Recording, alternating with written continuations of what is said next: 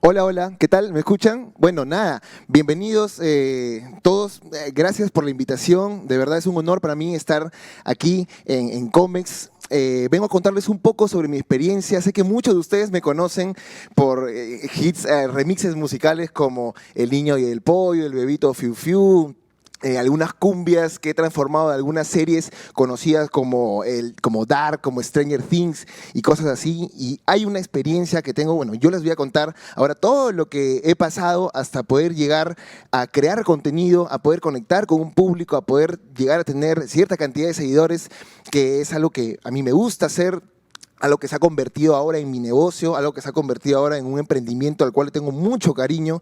Y bueno, les voy a contar un poco sobre cómo nació esto y a ver, ojalá que les pueda servir a ustedes para sus emprendimientos, para sus negocios, para lo que quieran hacer en un futuro, ¿no? Ojo eso. A ver. Bueno, acá pueden ver mi foto sexy, ahí como para iniciar la presentación. A ver cómo hago esto para poder seguir, a ver. Ahí está. Ok. No llego a ver el título ahí, por favor, que creo que no se ve la pantalla completa de acá. Bueno, yo comencé siendo pianista. Al inicio, mi abuelita me enseñó a tocar piano desde muy chiquito, desde muy chibolo. Empecé a tocar con partituras de música clásica. Digamos que esa fue la primera intención de mi familia, formar un músico clásico, ¿no? Así fue como comencé yo. Yo soy pianista, soy productor musical también. Y poco a poco, cuando fui creciendo, me empezó a gustar mucho los géneros, lo que escuchaba en la radio en ese momento, el tecno noventero, bueno, cumbia, también música peruana. Empecé a entrenar un poco mi oído y a sacar canciones. Todo lo que salía en la radio, yo lo sacaba al oído, ¿no? Pa, pa, pa, pa. Entonces, poco a poco fui entrando un poco en el mundo comercial. Empecé de manera autodidacta, a través de YouTube, cuando fui creciendo, a, digamos, un poco averiguar y meterme en el mundo de la producción musical, tratar de crear también mis propios sonidos, tratar de poder eso, ¿no? O sea, poder producir una música desde cero. Me acuerdo que comencé con un programa que se llamaba el Fruity Loops. Seguro muchos que se dedican ahora a la producción musical o personas amateurs que quizás están en ese camino, conocen ese programa. Yo comencé con eso y fue uno de los inicios en el momento donde yo dije, ok, me gusta hacer esto, me gusta la música, me gusta la producción musical, quiero aprender más, ¿no? Quiero aprender más, quiero llevarlo a otro nivel aquí en el Perú, porque yo decía desde muy chico, a mí me gustaría a mí dedicarme a algo de lo que me apasiona, ¿no? Quiero dedicarme a eso. Yo en un inicio estudié marketing en ESAN, me acuerdo, estudié un año ahí y a los dos, bueno, casi al año, a los 2 años, apareció la carrera de música. De ahí me moví al frente del ESAN, que estaba la UPC, estudié ahí música en la UPC y fue una decisión difícil en un inicio, porque en ese momento pues no existía la carrera de música, no existía una industria digamos, música como profesión. Entonces en ese momento mis papás me dijeron, no, ¿cómo vas a estudiar ahí? ¿No? O sea, entre que estaban un poco dudosos, pero yo dije, vamos a lanzarnos con todo y ya pues, ¿no? Entonces estudié, se me presentaron otras oportunidades haciendo música publicitaria. Poco a poco fui, digamos, metiéndome en mino de un mundo muy bonito que era haciendo eso, ¿no? La música publicitaria. Muchos de los comerciales que ustedes han visto en televisión, probablemente ahí, de repente por ahí que le he metido algo de mano, he musicalizado muchas cosas ahí en la industria publicitaria. Una época muy bonita de mi vida, casi como 5 años más o menos he estado en eso. Y luego, en una época ya donde llegó la pandemia, es que a mí se me ocurre, bueno, yo ya tenía esta página, les voy a contar en un momento cómo fue que comenzó todo. Acá podemos ver tengo algunas fotitos, ahí está. Bueno, son mis fotos cuando recién estaba comenzando, ahí estaba trabajando, haciendo música publicitaria. Esos fueron, digamos, mis inicios en la industria. Ahí estoy con mis equipos, con mi pianito, todo eso, bueno, todo ese sistema de controladores MIDI y todo, instrumentos virtuales, porque en ese momento tampoco yo no tenía el dinero, y hasta ahora no lo tengo de verdad, para poder implementar un estudio grande, ¿no? Con lo poco que tenía. ahí está, ¿no? Ahí estoy en mi casa con un equipo muy básico y creo que todos los emprendedores, todos los que comenzamos así desde abajo, desde cero, con poquito, con equipos en verdad que son muy, muy baratos y era lo que tenía a la mano en ese momento y así es donde yo empiezo a crear mis propios sonidos, empiezo a crear música, a crear mis beats, empieza a nacer mi pasión en ese momento, ¿no? Yo trabajaba en ese momento en una orquesta, yo quería salir adelante y decía, yo mientras estudiaba en la universidad trabajaba en una orquesta. Y con eso me pagaba mis propios equipos, con eso me empecé a comprar mi tecladito, mis monitores, mis parlantes, mis audífonos, y ya para ir un poco invirtiendo en esto que yo sabía que en algún momento iba a poder crecer mucho más, ¿no? Y más o menos así fue el camino en el que me aventuré a este mundo de la creación de contenidos, a este mundo de empezar a formar una base de seguidores, a crear mi página de Facebook, luego Instagram, luego YouTube, ¿no? Donde empecé a conectar con una cantidad de seguidores. Y aquí viene el momento clave, ¿no? ¿Cómo empecé a hacer contenidos? Acá llega un momento en mi vida en donde digo, ok, yo no me considero un músico serio. Yo, si bien es cierto, a mí me gusta mucho la música, la producción musical de artistas. Hice producciones musicales muy importantes para 20th Century Fox Latinoamérica. Trabajé con grupos como Alborada, ¿no? Produciendo música, pero había algo en el fondo que yo decía, no sé, tengo como que soy una persona muy loca y quiero aventurarme a hacer algo un poco más relacionado a la música, con humor, a la música con diversión o algo así, y quise experimentar más, llevarlo mucho más lejos y se me ocurre hacer hace unos 4 años más o menos ya, 4 o 5 años, se me ocurre hacer una mezcla rara, una mezcla de 2 artistas, ¿no? Y en ese momento, no sé por qué rayos en mi cabeza se me ocurrió hacer una mezcla de Carmencita Lara con Ariana Grande. Y dije, hay una canción de Carmencita Lara que se parece a Ariana Grande, voy a mezclarlas a ver cómo suena. Y lo mezclo, lo lanzo y se empieza a mover por todo el Perú y la gente empieza a decir, oye, qué loco esto, ¿no? ¿Cómo puede ser que Carmencita Lara, una artista peruana, esté cantando con Ariana Grande? Como que parecía que estuvieran cantando juntas. Después mezclé a Wendy Zulka con Justin Bieber. Empecé a hacer unas mezclas bien raras, bien como jalada de los pelos. No me acuerdo qué más, Armonía 10 con electrónica y no sé qué tantas cosas empezaba a hacer. Los Toribianitos con Pitbull y un montón de cosas así, como bien rayadas. Y en ese momento fue que me doy cuenta que empiezo un poco a conectar con el público y la gente me decía, Tito, queremos más locuras, queremos que saques más de eso. Eso se llama un mashup, ¿no? Que son mezclas de artistas. Entonces ahí es donde yo digo, ok, esto le gusta a la gente, esto me gusta a mí, yo me divierto en el proceso, vamos a seguir llevándolo más lejos. Yo trataba de superarme a mí mismo y bueno, tratar de sacar contenidos y veía que esto a la gente le gustaba mucho, ¿no? En un momento ya empiezo a musicalizar cosas que sucedían en la coyuntura aquí en el país o en el extranjero, ¿no? Alguien que decía algo, una frase divertida y ¡pin! Salió un remix.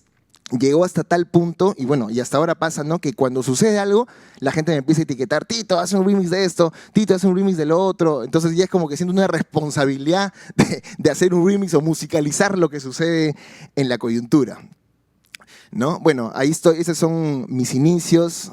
Eso es cuando, por ejemplo, ¿no? Una de los primeros contenidos más o menos virales que hice fue que mezclé a Eminem con Marco Antonio. ¿Se acuerdan de Marco Antonio de la Teleferia? Ahí es donde yo digo, ok, voy a lanzarme no solamente a hacer contenidos de lo que yo encuentro en internet, sino contactar a las personas, tratar de llegar a estas personas para poder proponerles esta onda creativa, musical, a ver si es que se atreven, a ver si es que tienen esa visión, si es que se unen a la locura, ¿no? Y lo llamo Marco Antonio y le digo, oye, Marco Antonio, yo soy tu fan, siempre te he visto en la teleferia ahí vendiendo los productos. Y había una canción de Eminem que él empieza a rapear muy rápido, ¿no? Y la gente me decía, sí, que hagan un mashup con Marco Antonio, porque los dos hablan como bien rápido, a ver, como un versus. Y yo le digo a Marco Antonio, hagamos esto.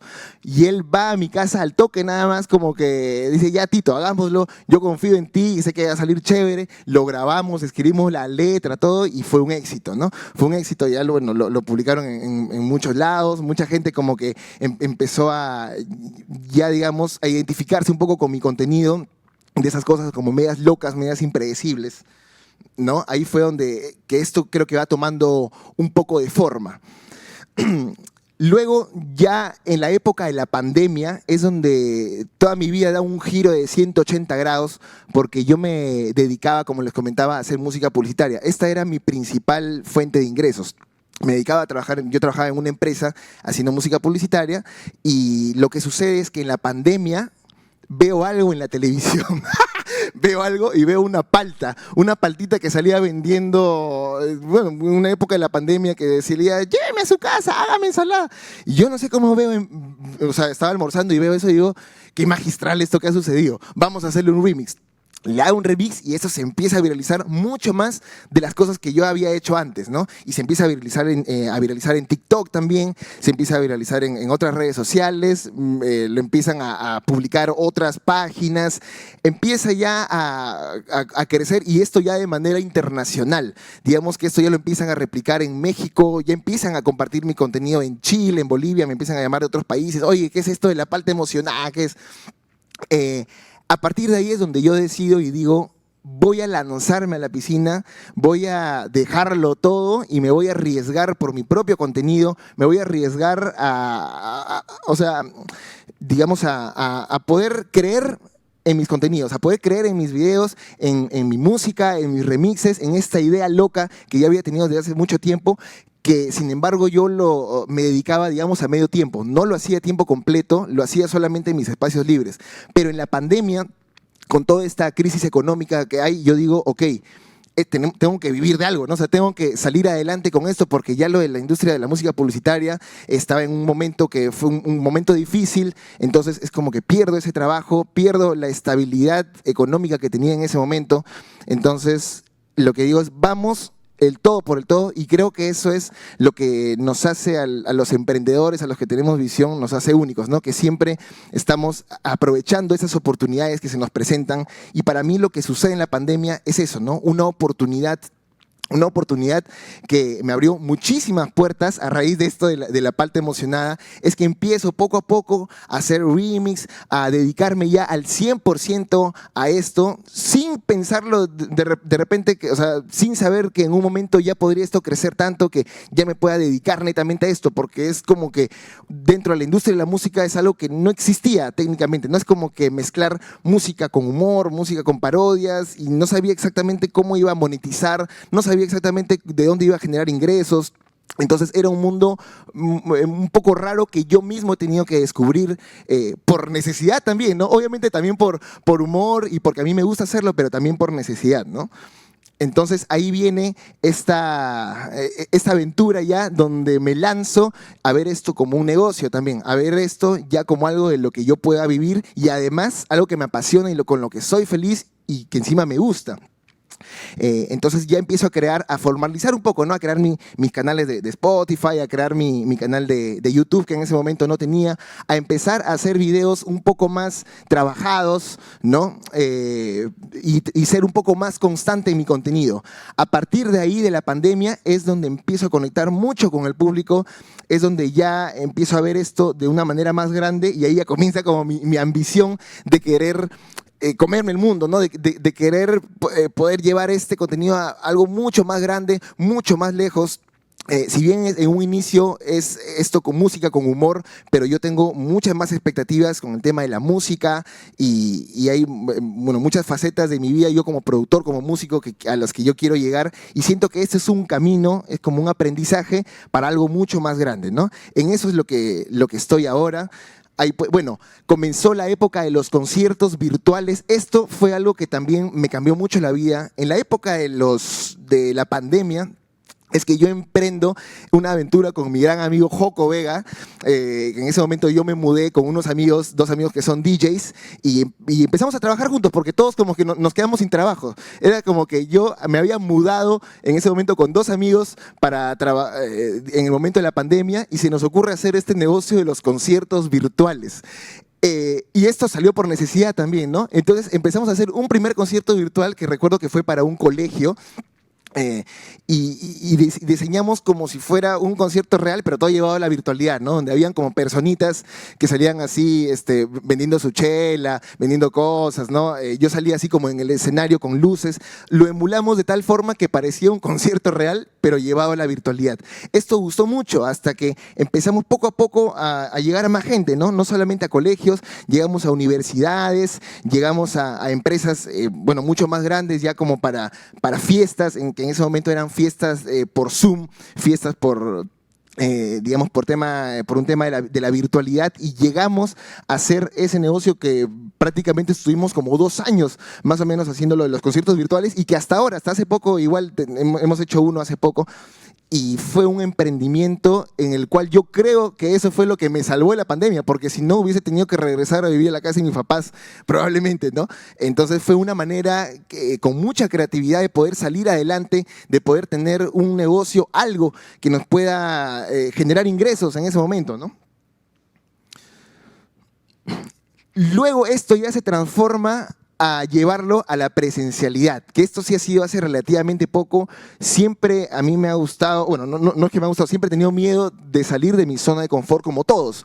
Creo que es muy difícil a veces salir de la zona de confort, salir de lo que uno ya está acostumbrado, pero todos estos años, todo ese tiempo ha sido como que siempre, por la necesidad probablemente también, de estar haciendo cosas diferentes, de arriesgarme. También he tenido fracasos, un montón de fracasos, y también cosas en las que he podido acertar, ¿no? En este caso, lo de los conciertos virtuales, por ejemplo, recuerdo que hice un primer concierto virtual que me costó muchísimo y estuve a pérdida todavía. Perdí como 2.000 soles, no sé, 2.500 soles, pero salió tan bien y salió tan chévere, solamente que la organización no estuvo tan bien hecha, que a la gente le gustó mucho y me dijeron: Tito, nuevamente haz conciertos virtuales. Esta vez ya poco a poco conseguí un equipo, algo más trabajado, más organizado. Ya lo hicimos con pantallas y algo mucho más profesional, y ya también se convirtió en una fuente de ingresos, ¿no? Lo de los conciertos virtuales. Todo esto como que ya en un momento en mi vida ya era como que demasiada responsabilidad para mí. Tenía muchas cosas en mente y eran como que ya empecé a formar un equipo, ¿no? Esto de lo que yo comenzaba solito en mi casa, digamos, transmitiendo en vivo con mi cámara web y todo, se transforma esto en algo mucho más profesional, en lo cual yo requiero ya de un equipo. Entonces les empiezo a pasar la voz a algunos amigos en los que yo confié mucho, y hasta ahora confío obviamente, para poder hacer todos estos conciertos virtuales y ahora conciertos presenciales, y poco a poco estamos en ese proceso creciendo. Yo era una persona que ni siquiera podía estar al frente de gente hablando, pero hacía la mala, me tuve que lanzar, porque siempre a uno le da como cierto roche, cierta vergüenza, ¿no? Porque uno nunca, no naces haciendo conciertos de la nada frente a personas, ¿no? En este caso eran mis seguidores. Después fui a hacer conciertos a provincia, también me enfrentaba con otro tipo de público que de repente estaban acostumbrados a otra cosa, ¿no? Por ejemplo, como que me presenté en una discoteca, me acuerdo, donde más que todo era de reggaetón, y yo empiezo a poner mis remixes y eso, y la gente como que no entendía mucho. Tenía algunos seguidores y algunos que no, y decía: pucha, que la gente no está entendiendo esto. Entonces es como que, y decía, y empiezo a fracasar, no puede ser. Pero en ese momento es que le doy la vuelta y empiezo a poner otro tipo de música y a conectar con la gente de una manera distinta, ¿no? Conectar, en ese momento se me ocurrió hacer otra cosa y puse alguna cosa de H. Bahía y lo mezclé con una cumbia y no recuerdo qué cosa, que funcionó ya bastante bien, como que lo pude salvar.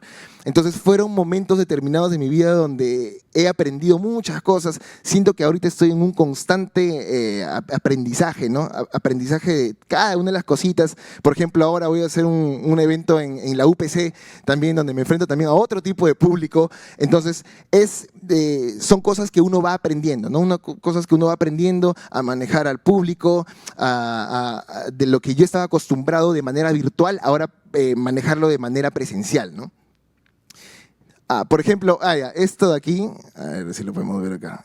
Este es parte del último concierto que hice con mis seguidores, donde ahí estamos cantando justo con Tefici, el bebito Fiu Fiu. Ya esto, pues, me lancé a hacerlo en grande, ¿no? Con pantalla virtual, con visuales, con todo eso, con efectos, con fuego, con humo. Entonces, cosas que me arriesgo porque sé que a la gente le va a gustar y sé que a esto va a llegar mucho más lejos, y de repente que al inicio puedo de repente no ganar mucho, pero sé que va a funcionar más y va a llegar bastante más lejos, ¿no? Que esa es mi motivación. esos son los retos difíciles que he tenido, ¿no? Indudablemente no puedo dejar de mencionar el Bebito Fiu Fiu, que fue pues lo último, un último video que hice que explotó de manera mundial, en el cual hubo mucha polémica y un montón de cosas. O sea, digamos que ha sido el proyecto o el video con el que más he aprendido hasta ahora. Y a partir de esto es que ya tengo un equipo bien organizado. También cuento con un equipo de management y ya somos como que un montón de cabezas para poder, no un montón, pero al menos unas 3 o 4 que pensamos y ahora como que determinamos bien a ver qué es lo que va, qué es lo que no va, ¿no? Si hacer eso está bien, determinar bien la parte legal, el contenido, cómo hacemos el lanzamiento, si lo lanzamos de frente, si hacemos una estrategia previa, cómo va con el tema de TikTok. Por ejemplo, me sucedió algo muy, muy raro e interesante que hasta ahora yo no entiendo. En TikTok es una plataforma que yo no manejo mucho. Yo siempre, mis plataformas principales han sido Facebook e Instagram, YouTube también probablemente, pero TikTok muy poco, no, probablemente no le he dado mucha bola, no me he metido mucho en el mundo de TikTok, pero en ese momento, a la hora que lanzo el Bebito Fiu Fiu, lanzo también la canción en TikTok. Y no tenía muchas vistas, no tenía muchas reproducciones y decía, qué raro que en TikTok no funcione. Y no sé cómo veo que ya habían lanzado, o sea, yo lo había lanzado previamente en Facebook y en TikTok alguien ya lo había lanzado, alguien lo había agarrado de mi canal de Facebook y lo habían publicado ahí y tenía como ya pues muchísimas visualizaciones, millones. Entonces digo, ok, acá hay algo en TikTok, ¿no? En TikTok sucede algo diferente, el algoritmo es muy distinto, cosas que yo, bueno, estoy aprendiendo también, estoy en un aprendizaje porque TikTok ahora se está convirtiendo en una plataforma muy importante para cualquier emprendimiento, creo yo, para cualquier emprendimiento. Es una plataforma que probablemente se convierta en la más importante en los próximos meses o en el próximo año, no sé, si es que ya no lo es, ¿no? Entonces creo que todos ahorita estamos obligados, absolutamente todos, a usar TikTok como plataforma para hacer conocer a nuestro público nuestros emprendimientos, nuestros negocios, nuestro contenido, y es algo que uno tiene que aprender el lenguaje de todas las plataformas que existen hoy en día, ¿no? Bueno, lo que sucedió también esto del Bebito Fiu Fiu es que se convirtió en algo mundial. Ahí está Bad Bunny cantando el Bebito Fiu Fiu. Acá fue donde reventó todo, ¿no? Acá cuando Bad Bunny empieza a cantar el Bebito Fiu Fiu es cuando ya se vuelve internacional y me empiezan a escribir de Francia y de países diferentes cantando el Bebito Fiu Fiu y que se volvió una locura internacional, ¿no? Y lo cual agradezco porque he aprendido, como les digo, muchas cosas. Digamos que estas experiencias a mí me hacen cada vez tener un poco más de asertividad, ¿no? En las cosas que hago y en los contenidos que voy lanzando. ¿Qué se viene en el futuro? En el futuro lo que yo veo y lo que yo espero pues es seguir en el camino en el que estoy, llevar este negocio, este emprendimiento que ya ha tomado forma, ya tiene vida, ya tiene una base de seguidores fuerte, una base de seguidores consistente, entonces poder llevar esto a algo internacional que ya poco a poco lo he logrado, ya con contenido, o sea, yo me dedico a hacer tanto contenido como versiones, covers, también contenido original.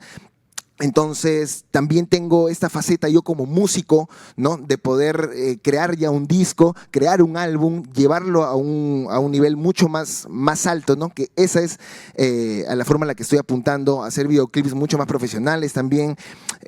Y nada, pues conectar con un público de otros países y además en otros lenguajes también. Por ahí se me ocurrió irme, es algo que yo tengo en mente desde muy pequeño, que es irme a Egipto y viajar por el mundo y tratar de mezclar la música peruana con diferentes culturas y de repente adaptarme por ahí a hacer una canción con algún egipcio, con algún otros países del mundo, no lo sé.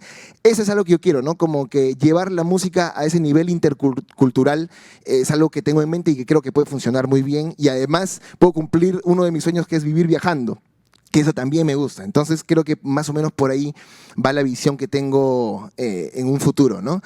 Bueno, esto fue también algo que hice, algo que me gustó mucho, que hice una canción con la voz original de Bob Esponja, el ¿qué es eso? Que se volvió bastante conocido en TikTok. Hicimos una canción, una experiencia muy bonita ya de estar haciendo cosas con gente importante, ¿no?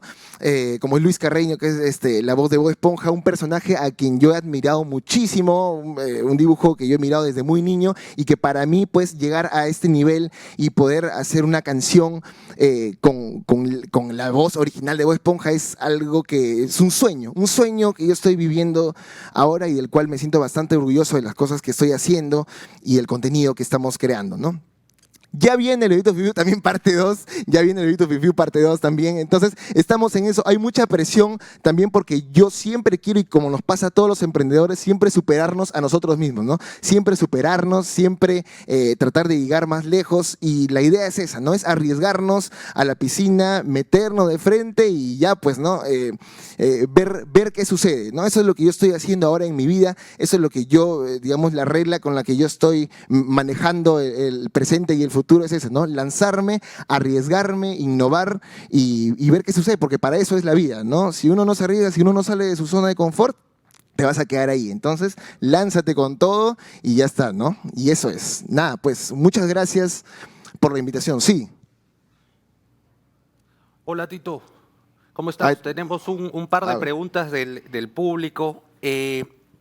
A ver, la primera, digamos, sobre el caso del Bebito Fiu Fiu que suscitó tanta atención, fue un hit a nivel global, y de pronto te pone pues en una situación de una corriente de opinión muy fuerte Sí. de ambos lados, ¿no? Tanto positivos como otros no tanto. ¿Cómo es desde tu lado, digamos, afrontar esa atención tan repentina y tener pues como emprendedor esas conversaciones difíciles que también tuvieron que surgir?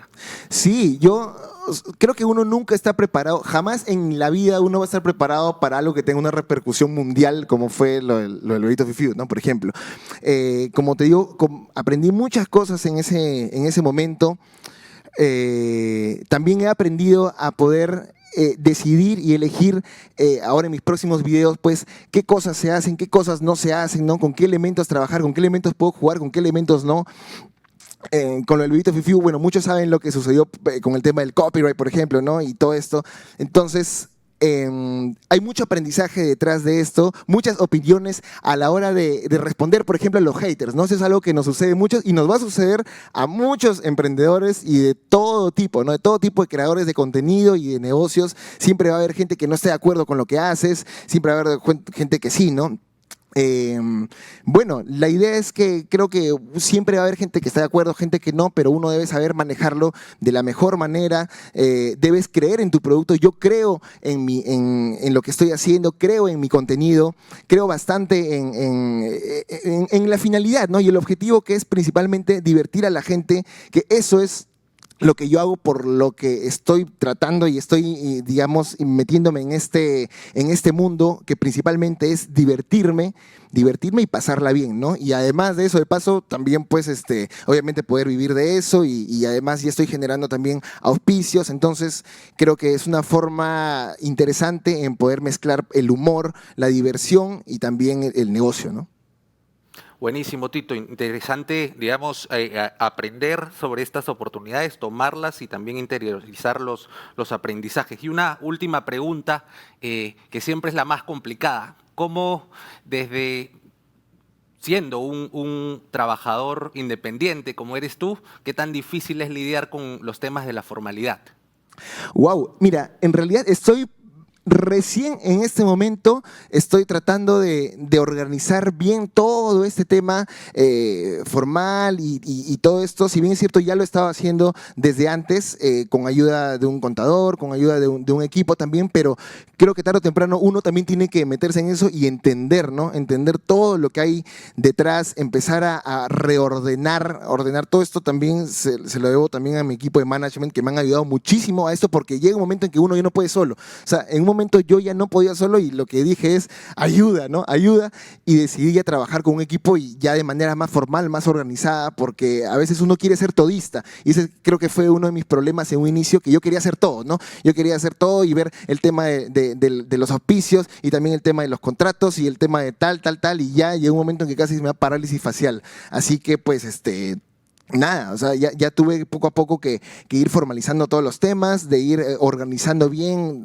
todo, y ahora creo que ya más o menos lo voy entendiendo bien, pero es un tema bien complejo porque en mi caso, como creador de contenido y digamos que yo trabajo con una empresa que me paga por temas de fonogramas y cosas que tengo de repente en Spotify y eso, y es una empresa internacional y hay cosas que no están muy claras, ¿no? Cosas que no están muy claras en el mundo, digamos, de la música, entonces hay como ciertos vacíos ahí que ni yo, ni incluso la misma Sunat a veces como que no entienden cómo llevarlo a cabo, ¿no? Entonces ya en este año, el año pasado, se han creado incluso nuevas leyes, nuevas reglas para este tipo de contenido, ¿no? Entonces es un aprendizaje constante y yo no paro de aprender en ese tema y siempre tengo que estar al tanto y actualizado pues, con esos temas. Y damos pase a Sebastián para los mensajes de clausura. Muchas gracias, gracias. Nos vemos. Chao, chao.